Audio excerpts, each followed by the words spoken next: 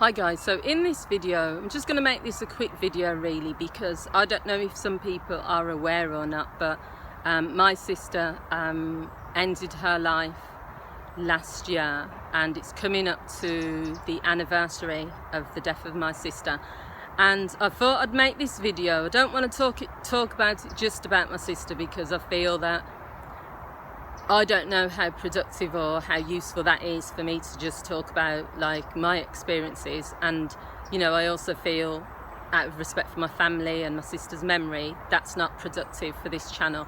But what I do want to talk about is just some themes really about survivors of people when they have taken their own lives, because the grief and the loss, and also just some of the things that you experience when you're the family or friends of someone who has committed suicide is different to different types of death. And we all know that grief and loss, everyone experiences it differently, but I just want to talk about, link it in with you know, when people have taken their lives. And one of the biggest things, I suppose, for me is the idea that you will never get the answers that you want.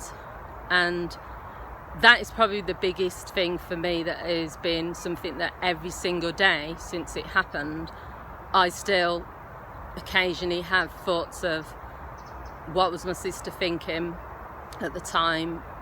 Did she have second thoughts? What could I have done if I was there? What could I have said differently the week before when I spoke to her and she was happy and laughing? Why did she feel she couldn't talk to me, not just as a sister but as a counsellor? And also that has made me reflect even on, although I'm a counsellor and I work with people with depression and I've dealt with people who have got suicidal thoughts, I spent a long time reflecting on, did my sister feel she couldn't tell me because she thought, did she think I would talk her out of it? Did she feel that I would judge her? I don't know. And these are some things that I've had to live with. But for other people, just in general, when someone takes their own life, it's the guilt that you feel as the person who's left. Why couldn't you have saved them?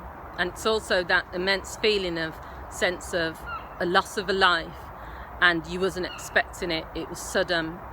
It was, they've still got more life to live, and yet they made this decision. There's no anger on my side or frustration towards my sister. I've never ever felt angry towards my sister or say, why did she do it? Because I'm very aware that she struggled with depression for many years.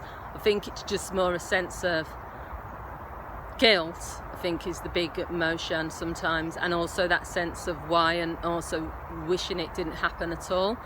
And it's just something that you're not ever gonna, I personally don't think you're ever gonna get over or get through the loss of anyone, regardless of whether they've taken their lives or not. But it's something you live with each day, and you think differently. There's days where, you know, 6 months ago, you know, it was more painful than it feels now. I've never really also spoken about it. I also look at photos and I disconnect from the fact that that is my sister who took her own life. I always look at that photo and I just see a beautiful image of my sister, and I know that I have to detach myself because I don't want to think about how it happened. I don't want the details of, I've never been interested in knowing the details of her last moments of her life, because I don't feel that would help me with not just grief, but it wouldn't be useful for me. And I just feel it's that thing of accepting the person had a choice, and they, you know, chose at that moment how they were feeling. They felt that was the best course of action for them. And as I've said in other videos, to me, suicide is an irrational thought, because it's a feeling at that time that it's the only option, and there's always other options, but the person doesn't believe that. And the thoughts that are coming into your head, and the negative thoughts, and the, you know, you've done all the planning and you feel you can't turn back, is probably what drives people to not say, right, I'm not going to do it, because they feel they've come too far. And yeah, it's just, for me, it will always be something that is going to be on my mind, of what more could I have done, and why did this have to happen, and what is such a shame and waste of life. And I missed the signs, or I knew the signs were there, but I didn't I didn't see it coming, and I think that's how a lot of people who are survivors of people who've committed suicide, they say they didn't know this person would ever do that. They didn't see it coming.